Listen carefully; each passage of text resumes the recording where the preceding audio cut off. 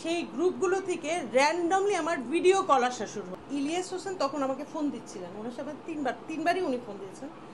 ওনার ফোনটা চালু হয়েছে, তার 15 মিনিট বা 10 মিনিটের ভিতর থেকে নোংরা ফোন আসা শুরু করে, মানে র্যান্ডম ফোন আসছে।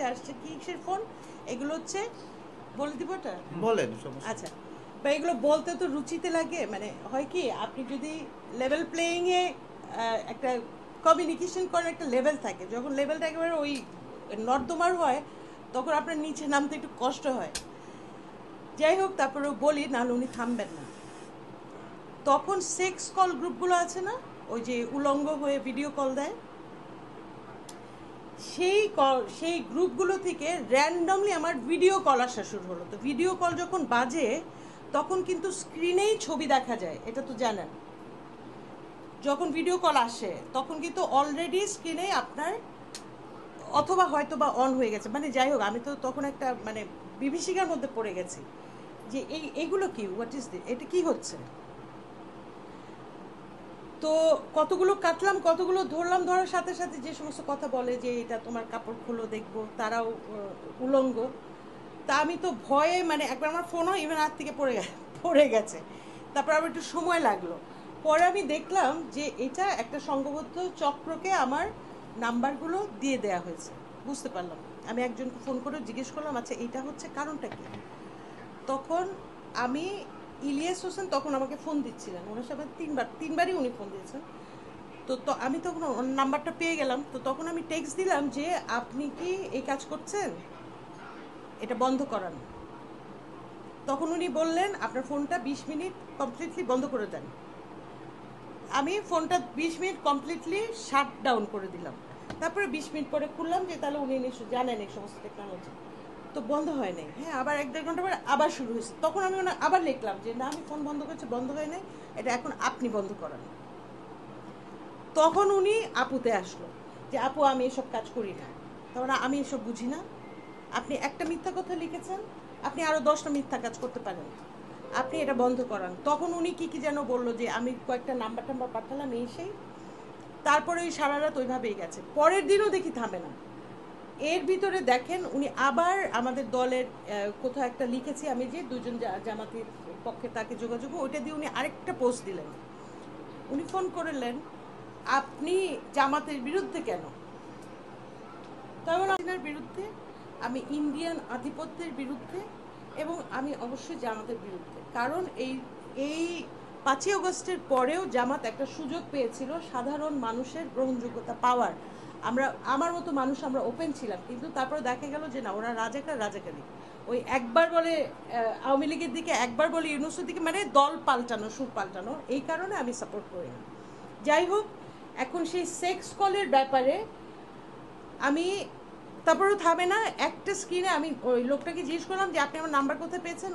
ওনারা অনেকে লিখেছেন ইলিয়াস হোসেন আপনার নাম্বার দিয়েছে, ইলিয়াস হোসেন আপনার নাম্বার দিয়েছে। তো আমি একটা স্ক্রিনশট ওনাকে দিলাম যে এটা আপনার উপরে যায়।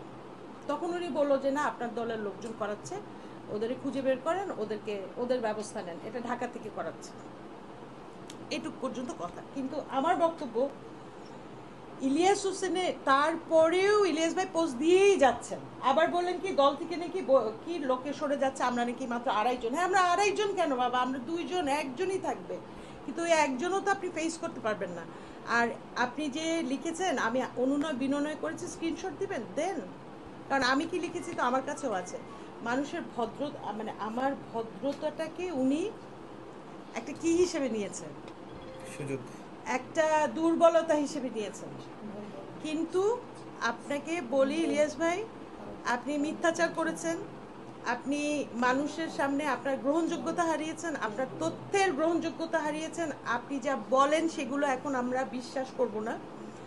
আর আমার নাম্বারটা সেক্স গ্রুপে যে আপনি দেন নাই, সেটাও তো আপনাকে এখন প্রমাণ করতে হবে যে আপনি এটার সাথে জড়িত না। আমি তো মনে করি উনি জড়িত। নারী হিসেবে কি আপনাকে হেনস্থা করছে ইলিয়াস? আচ্ছা, নারী না, এক হচ্ছে তো মানুষ হিসেবেই হেনস্থা করবো, আর সেক্স গ্রুপে ওই সমস্ত নোংরা জায়গায় ছবি দেওয়াটাকে হেনস্থা বলা, এটা একটা অপরাধ। উনি একটা অপরাধ করেছেন। না না না, আমি কোনো আইনগত ব্যবস্থায় কয়জনের বিরুদ্ধে নেবেন? আর আইনগত ব্যবস্থা এগুলো হয় না তো। এই যে ডিজিটাল সিকিউরিটি অ্যাক্টের কথা বলেন, এগুলো শুধু আপনি করবেনই, কোনো ফল আপনি পাবেন না। কোনো প্রতিকার পাবেন না। সাংবাদিক ইলিয়াস হোসেন আমজনতা দলের থেকে আমি যেন সরে যাই। আচ্ছা, ওনার যে কোনো কাজের অবজেক্টিভিটি নিশ্চয়ই একটা উদ্দেশ্য আছে, উনি নাহলে খামাখা আমাকে নিয়ে কেন পড়বেন? কেন বলবেন যে আমি 16 লক্ষ টাকা তারেক 60 লক্ষ। দিয়েছি? সরি 60 লক্ষ ভুলে গেছি। 60 লক্ষ টাকা আমি তারেক ভাইকে দিয়েছি ঘুষ হিসেবে। হ্যাঁ, এটা উনি কেন বলবেন? উনি তো একটা খেলনা মানুষ না। ওনাকে কাউকে কনভিন্স করতে হয়েছে, ওনার সোর্স ঠিক করতে হয়েছে, ওনার সময় দিতে হয়েছে, দুটো টেলিফোনে কথা বলতে হয়েছে, একটা ইমেইলে গেছে সেই ইমেলটা রিসিভ করতে হয়েছে, তাই না? অনেক কাজ করতে হয়েছে। তাহলে উনি এটা কেন করলেন? আমি ওনাকে স্ট্রেইট জিজ্ঞেস করেছিলাম যে আচ্ছা আপনি আসলে কি চান, মানে কেন করলেন এগুলো? তখন উনি বললেন যে আপনি তারেকের পাশ থেকে সরে যান। আচ্ছা, কেন সরে যাব? আপনি আমজনতা দল থেকে সরে যান। বললাম কেন? বলে ওই দলটা ওনাদের কন্ট্রোল করতে হবে। আমি একেবারে খোলামেলা বলে দিই। মানে এটা কি ইলিয়াস ফোন দিয়েছে? ইলিয়াস সাহেব আমাকে ফোন দিয়েছিলেন 2 দিন বা 3 দিন পরে, এবং ফোন দিয়ে বলেছেন তারেকের কাছে আমার নাম্বার আছে, আপনি তারেকের কাছ থেকে আমার নাম্বার নিয়ে ফোন করলেন না কেন? তার মানে আমি কোনো দিন আপনাকে ফোন করতাম না। আমার ওয়ারেন্ট হয়ে আছে, আমি জামিন নিতে যাই না, কারণ ওই কাজটা অন্যায়।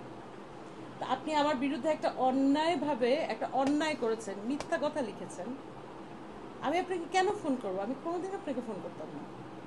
তারপর ওনাকে বললাম যে আপনি একটু, আপনার সোর্স খুব খারাপ, যেই সোর্স দিয়ে আপনি সাংবাদিকতা করেন অত্যন্ত নিচু মানের সোর্স, আপনি সোর্স পাল্টান, লাগলে বলেন আমরা দিব। তারপর উনি বললেন আচ্ছা ফোন রাখেন। তারপরে সম্ভবত উনি আমার সম্পর্কে খোঁজ খবর করেছেন, আমার ধারণা খোঁজ খবর করেছেন, বা আমার ফেসবুক তো খুব পাবলিক পোস্ট সব হয়তো দেখেছেন। এরপরে উনি নরম হলেন এবং আপু বললেন। এর আগের বার বেশ থ্রেট ছিল। তখন উনি বললেন যে আপু আপনার কিছু হবে না, আপনি সরে যান। তখন আপনার কনফ্লিক্ট তাহলে আমজনতা দলের সাথে, রাইট? ক্লিয়ার করেন, দেখি আপনাকে আমি হেল্প করতে পারি কিনা। তো উনি এক পর্যায়ে বললেন ইয়েস, ওনার কনফ্লিক্ট হচ্ছে আমজনতার দলের